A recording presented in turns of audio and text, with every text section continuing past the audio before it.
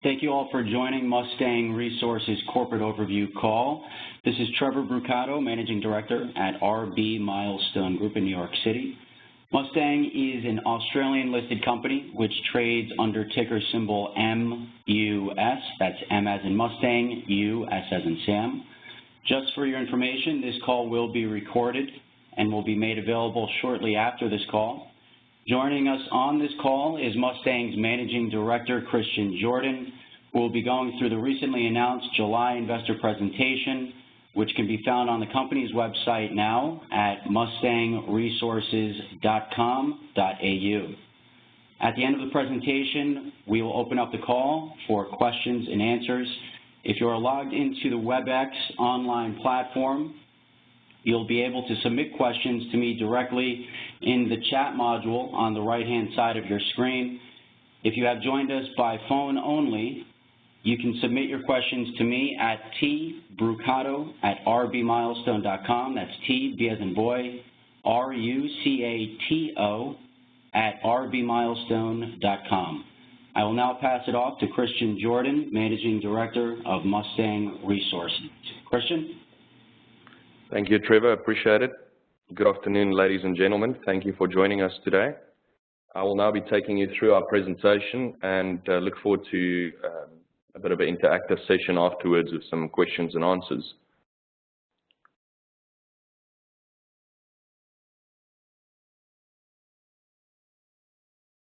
So Mustang Resources is an ASX-listed company, as Trevor mentioned. Our ticker symbol is MUS. We're one of only 2 listed ruby miners in the world, with our flagship Montepuez project located adjacent to soon-to-be delisted Gemfields PLC, a London-listed company with a market capitalization of approximately $300 million. The company that has also, over the last 8 auctions from June 2014, sold $280 million worth of rough rubies. The 2 of us are the only 2 listed ruby mining companies in the world at present, but shortly that will all change with Mustang remaining as the only listed ruby mining company. We currently have 193 square kilometers of ground in this very prospective gem fields in Montepuez. We have recently upgraded our processing plant, which is a major milestone that we've achieved. That now gives us processing capacity in excess of 1,500 tons per day. That's up from more than 300 tons per day average at the start of this year. And subsequently, we've also grown our ruby inventory to 120,000 carats in June, announced end of June. That's up from 500 carats in October 2016, so significant progress on that front. And we're on track, as a result of all of that, for our first rough ruby auction, or more correctly, closed bid tender in October 2017, which will be our first sales, and obviously a very major milestone for our company. We expect our ruby inventory to increase rapidly as a result of recent discovery that we've made in an adjacent, recently acquired license area adjacent to the main area of focus over the last 12 months. And this area has already yielded 4,500 carats of gem quality rubies from a small sample of approximately 5,700 bank cubic meters. More importantly, though, it's a very shallow deposit, very cheap to mine, and also is yielding quite good consistent recovery of stones that we class in the special or premium category, meaning rubies larger than 3 carats of exceptional quality. And this deposit is quite extensive as well, which is very good for us, as it has already been shown to extend more than 2.2 kilometers and is open-ended on all sides. Then, as a company, we also have additional upside that we provide to our shareholders through the Kaula Graphite project, which is not too far away from the Montepuez project, about 50 kilometers. And that has already been shown as a very high-grade graphite deposit that we intend to unlock value from in the coming 6 to 12 months for our shareholders. Now, a bit of corporate information on this slide. You'll see our issued shares, 565 million shares on issue at the moment, 113 million options outstanding. Recently, a recent expiry of about 40 million options that we're striking at 25 cents. End of June, they expired. So that reduced our fully diluted share capital. Share price as of 30 June was 4.2 cents. As of close of trade yesterday, it was 5.2 cents. So there was a good uptick. So market capitalization of around 28, 29 million Aussie. Largest shareholders, you'll see Regis Resources Group. It's an investment vehicle of myself and my business partner Cobus, two South African mining entrepreneurs. We are essentially the founders of these projects and have been with the projects from the start, and in Mozambique for the last 10 years. Then we have Andium, nominee company, and Mr. Singh, a high net worth individual from Asia. Top 20 currently hold 38%, so there's substantial free float and good liquidity. If you look at Bloomberg, you'll see there's pretty decent liquidity in the stock. Now, the key focus, as I said at the introduction, is the Montepuez Ruby project, which presents a great opportunity for Mustang, quite a unique opportunity to generate near-term cash flow from essentially a bulk sampling exploration program. And that's not something you see in many mining projects these days. Before I delve into the project details and all stuff on geology, etc., maybe just a few words on the market. You'll see some core points on this slide relating to the ruby market. Important to note is that rubies are still considered to be the second most expensive gemstone generally after diamonds, although rubies larger than 5 carats, much rarer than diamonds. Rubies of gem quality larger than 2 carats, even in many instances more expensive than your general diamond. So it is a very rare stone, and it's very sought after in Asian markets, very sought after in especially growing quite strong demand in the US, European and Western markets. And it's been a very strong demand growth over the last years as more suppliers come on the market from most notably Mozambique. Now, what we've seen is that a consistency of supply has actually increased the demand in the market.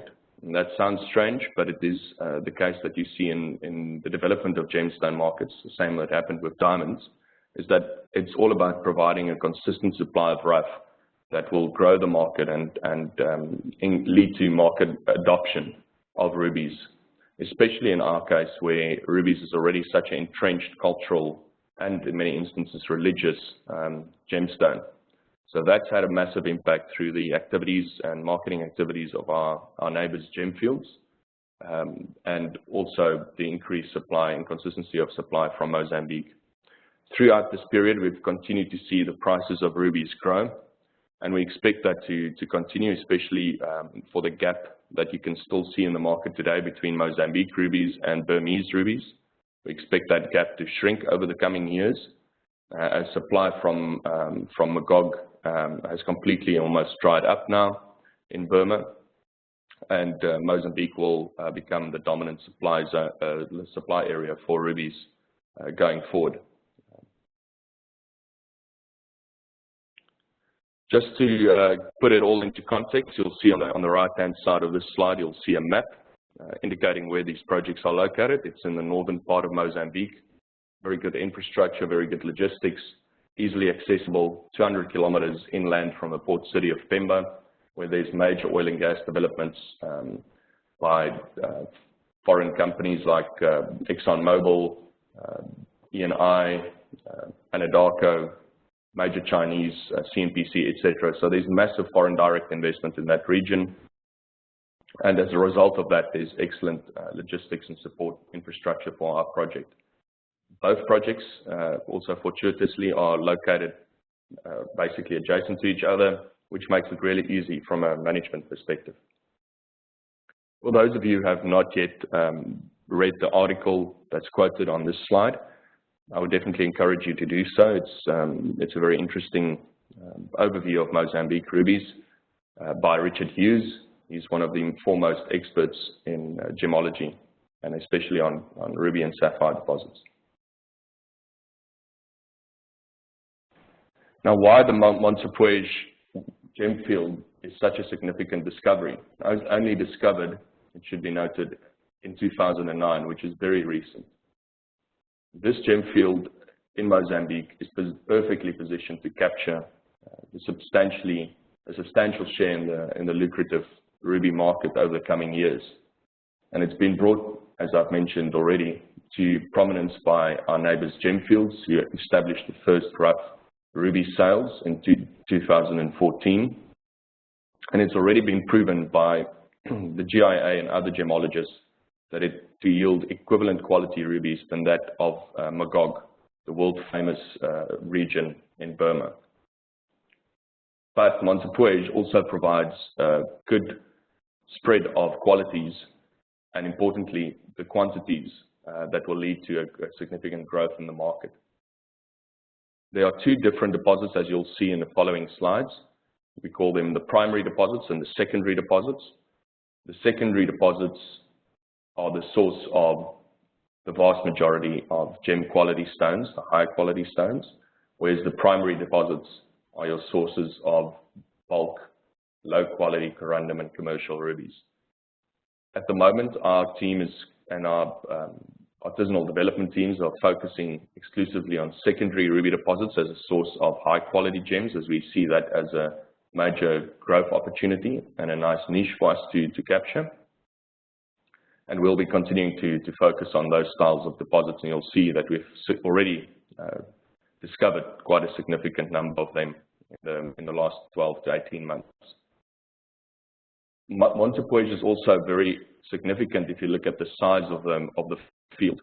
So it's recently discovered, but also very significant in its size and the widespread nature of mineralization throughout this roughly 30 by 20 kilometer region. And as a result of that, as well as the fact that it's a very old deposit that weathered away the primary deposits and removed and basically concentrated them into these secondary deposits, we have very shallow and as a result of that, very cheap mining that we can implement in this field, all leading to Montepuez becoming a world-class ruby deposit.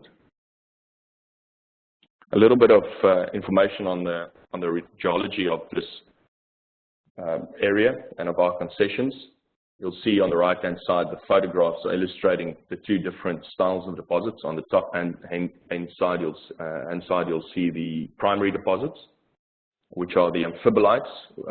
That's basically aluminum oxide that intruded into the host rock, which has sufficient chromium and iron involved in it, that is also silica deficient. And in that environment, under the right pressure and temperatures, ruby crystals could form, or corundum crystals could form. And what has happened, this mineralization occurred about 300 to 500 million years ago.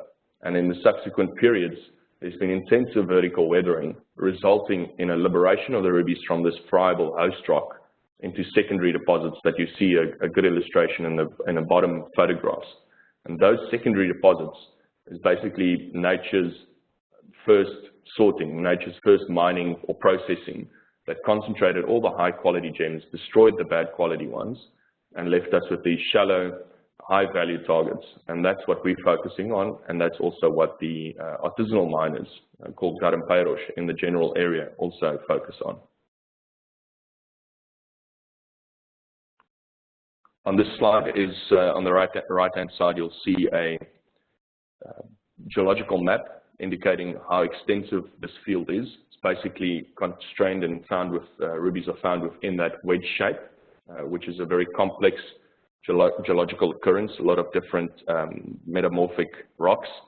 And along the contact of different rock units, as well as on those dotted lines or lineaments, is where fluids mobilized. And that's where we find roughly on a northwest to southeast trending strike is where we find extensive ruby mineralization. Both us and our neighbours Gemfields have only really scratched the surface to date in our land holdings. They've got about 320 square kilometres, of which they've maybe explored 30%, and we've got 193 square kilometres, of which we haven't yet explored 10%. So it's still pretty early days for the field. A lot of discoveries still to be made.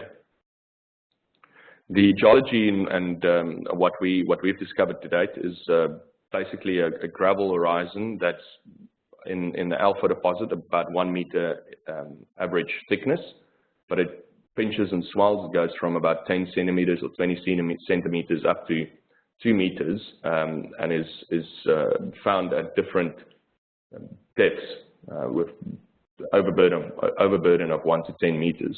Very simple, very easy to extract, and a cost-efficient mining method.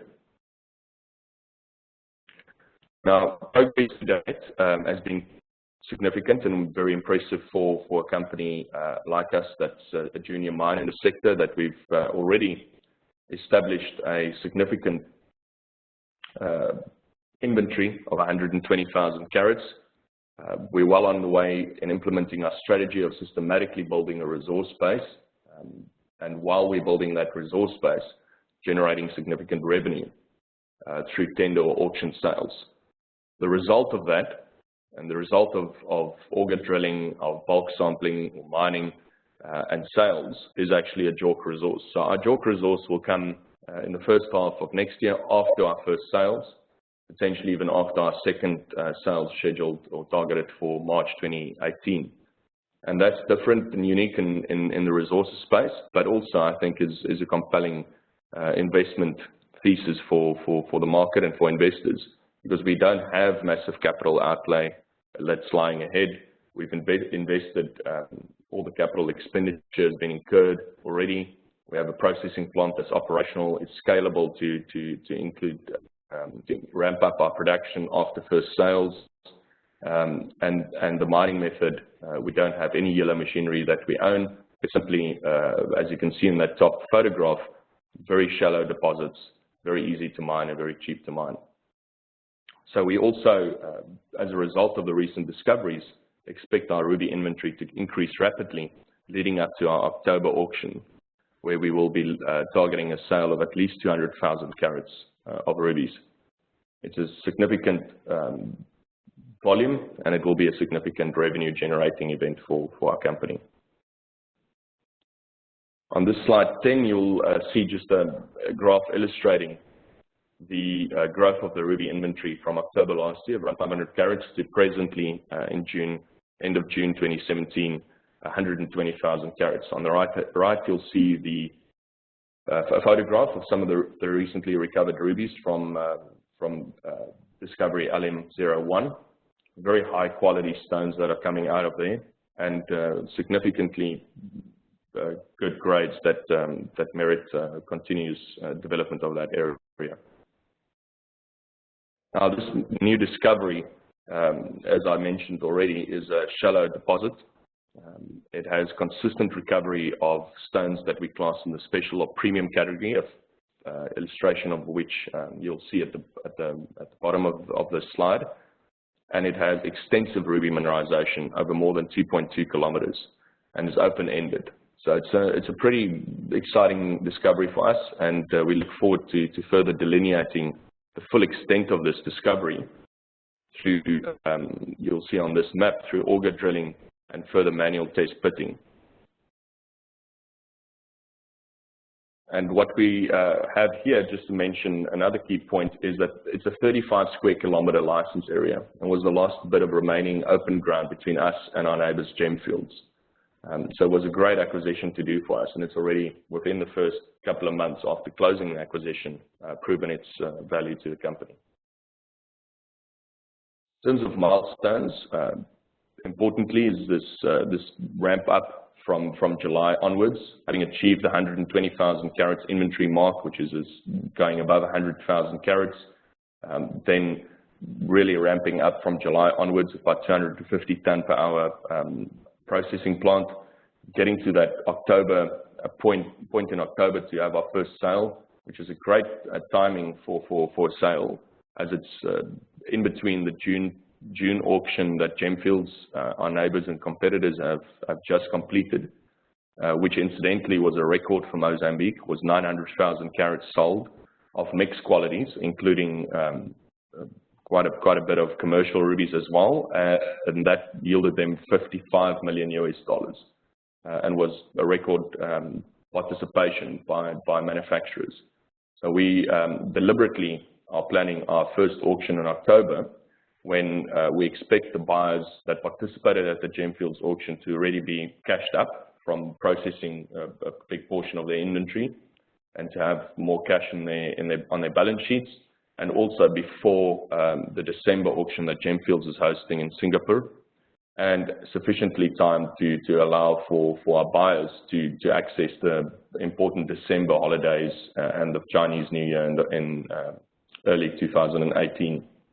So that's why we're planning October as the sales date. Then following that is the first half of next year, delineation of our maiden resource, which will effectively just underpin the extent of mineralization, the mine life that we have on this project, and some key economic parameters. And following from that is obviously ramping up sales, ramping up our processing rates, and the goal from our perspective is to have these tenders or auctions as often as possible. And we will be targeting from after the second auction to start doing them smaller but more frequently, at least once a quarter, to help the market, which is a big shortcoming in the market at the moment, but also obviously to help our cash flow generation. Just a few words on the Kaula Graphite project. Although it's not a core asset, one can argue of the company, it's still a valuable asset and has already yielded some fantastic results in initial drilling and exploration work. It is located along strike from the world-class Syro Resources ASXMUS deposit. It's about 40 kilometers north of this deposit, which is the world's largest graphite deposit. The company, I think, is worth around $850 million Aussie, and they've just basically gone into commissioning phases for their 300,000 ton per annum flake graphite project.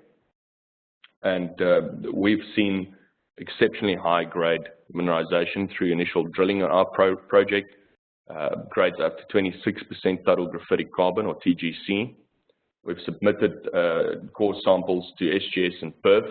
We're nearing the end of that testing and analysis phase, and hopefully we'll be in a position to announce the results of the metallurgical work in the coming weeks. And that will be the last key piece in the puzzle for us to determine exactly how valuable this deposit is. But it's already showing in terms of grade, how shallow the deposit is, that it will be a tier 1 asset most likely, and we're very excited to get those results and to continue showing the market and our investors the value of this asset. You'll see on this slide a little bit more information on the recent exploration work. The map on the top right shows you that it's on a what we call a fold nose, which our geologists and our team believe resulted in an upgrade of the graphite in terms of its metallurgical properties and as well as its grade.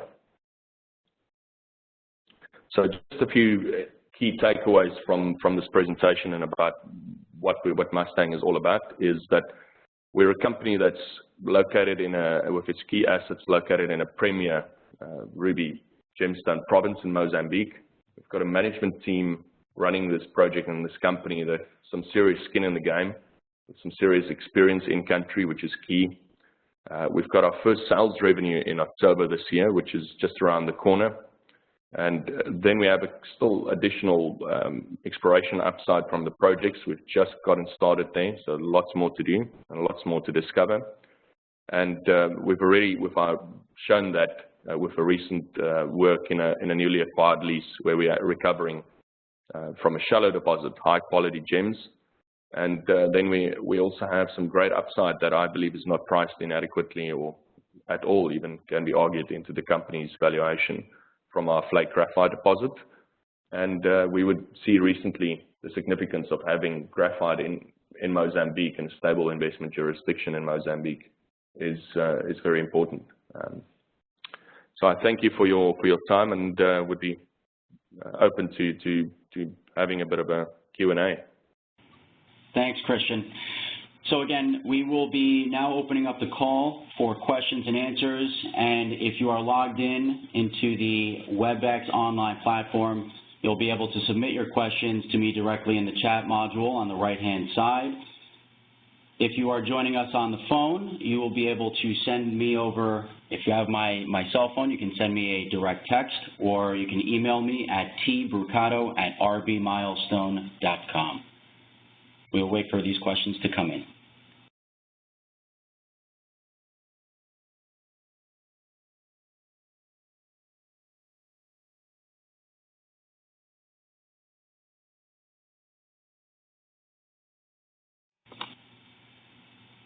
Christian, we have a question from Allison saying, Gemfields realized $61 per carat at its auction. Why so low, and what does Mustang expect for its auction? Hi, Alison. Thanks for joining, and thanks for the question. So the recent auction from Gemfields, as you correctly noted, gave them an average of $61 US per carat, but they also stated that it's for mixed qualities. So in the last 3 or 4 auctions they've done, they've gone the way of mixed qualities, which means they offer relatively significant volumes of commercial lower quality rubies together with medium quality and then high quality rubies. So rubies from their primary deposits that they continue to exploit significant volumes of, and then rubies from secondary deposits. So it's very difficult to ascertain value for value, except for 3 auctions that they've held from, I think I would be June 2015, December 2015, or thereabouts. I'll send you the details via email. But those auctions were $317 a carat, $600 and something, $20 a carat, and $688 a carat for medium and higher quality rubies. And medium and higher quality rubies almost exclusively come from secondary deposits, as the primary deposits only yield, according to the SRK data that we have publicly available, only about 1% high quality or gem quality rubies. So as to long-winded answer to what do we expect at our auction, anything north of $61 would be a fantastic result for us. Even $61 a carat would be a fantastic first result for us. But I think that's erring on the side of caution, and you can already see that quality is the key thing. And because we're focusing on the secondary deposits, of course, we've already proven that we yield and we deliver high quality rubies. And we've also, just important to mention here, implemented in the last month or 2 our own rough grading and sorting system. That all bodes well for our auction in October. And one can reasonably expect anywhere north of $100 a carat. But again, proof of the pudding is in the eating. So hope that answers your question. It's very difficult. There's not a one-word answer, unfortunately. Thanks, Christian. And on that point, do you plan on announcing forecasts as sales start coming in and there is continuous ruby inventory growing, as you've seen over the past several months here? Forecasts in terms of production numbers, or what are you referring to exactly, Trevor? Yeah, in regards to sales. Yeah, so we will be able to provide guidance, much like any other mining company, for instance, gold companies all do. So yeah, we will be then in a position, especially as we ramp up and as we have consistent steady state production levels, to provide at least ranges, because it also should be remembered that secondary deposits has a detractor in that it has variable grades. So the grade isn't a one number. It is a range as well. So one will always have to provide conservative ranges as your guidance, production guidance. Great, thanks, Christian.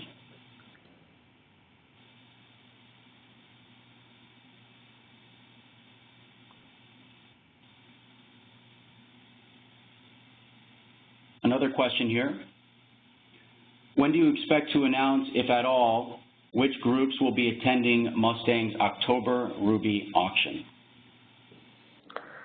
So we hope to have some updates on that front in the coming months. Our team is really spending significant time and effort on now a concerted marketing drive to people that we would like to have to attend this inaugural auction.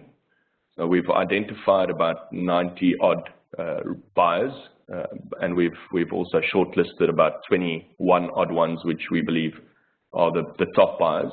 And we started engagement with these groups and getting feedback from them and getting them excited about what we're doing, who we are, and getting them to the auction. So yes, short answer, in the coming months we will be able to provide further color on that front.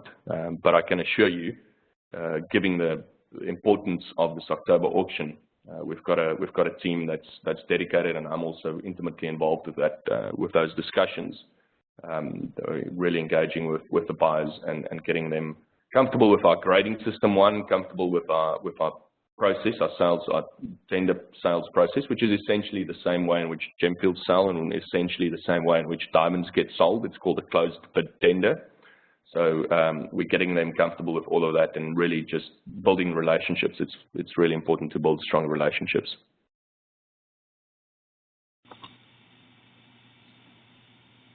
Great, thank you, Christian.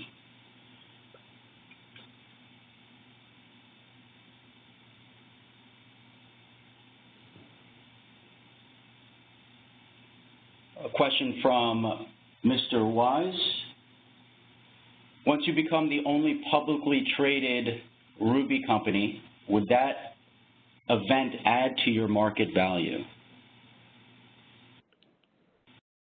One can argue, Daryl, that yes, and I think you could already start seeing that this week, following an article that was published in a well-respected newspaper in Australia, the Australian Financial Review, on Monday, that basically cited that and brought it to broader attention.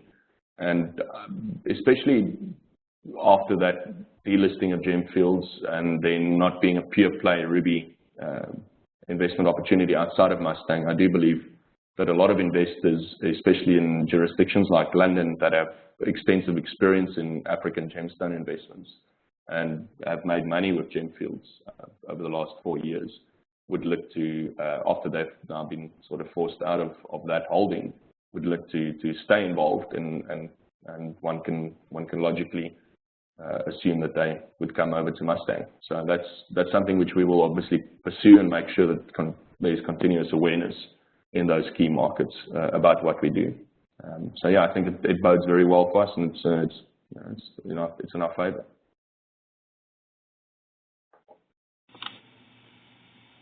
Thanks, Christian. Another question from Allison is, what are the next steps for the graphite deposit after the JORC?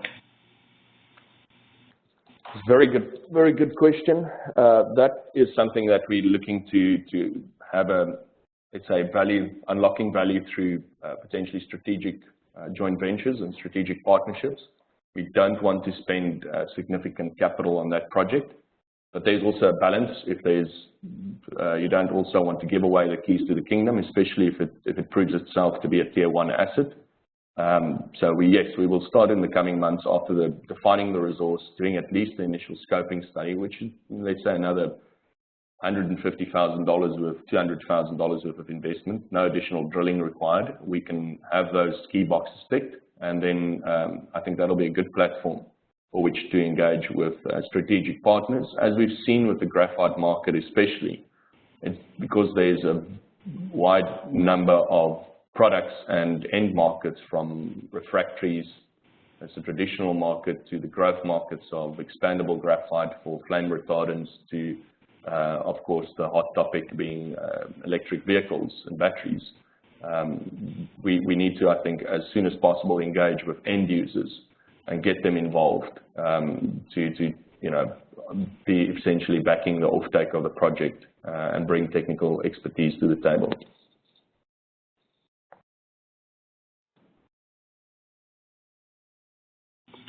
On that note, will additional capital be required to grow that? From the graphite perspective, yes, there will be additional capital required to get that project through to bankable feasibility. Let's say circa $5 million is what we've already scoped out in terms of what you'll require for studies and maybe some expansion drilling to expand the size of the resource and get more detailed information on the resource. All those things. But our intention is, and I'll state that unequivocally, is not to spend $5 million from our own balance sheet towards getting a bankable feasibility and final investment decision point on that project. We'll look to a joint venture partner to farm in, and once we've now in the next couple of months determined value and valuation, for them to get involved. And I think that will be a great point, because then the market can see, oh, wow, XYZ company with specialist skills in graphite have put money into a project at a valuation of 20 million or 25 million. Wow, that's half or currently more than the market capitalization of the company. So, okay, there's clearly value that's been shown. So that's the strategy with that project. Great, Christian. We're going to cap it off there. Thank you, everybody, for joining Mustang Resources update call. This is symbol A on the ASXMUS. Thank you, and we'll talk soon. Thank you, guys. Appreciate it.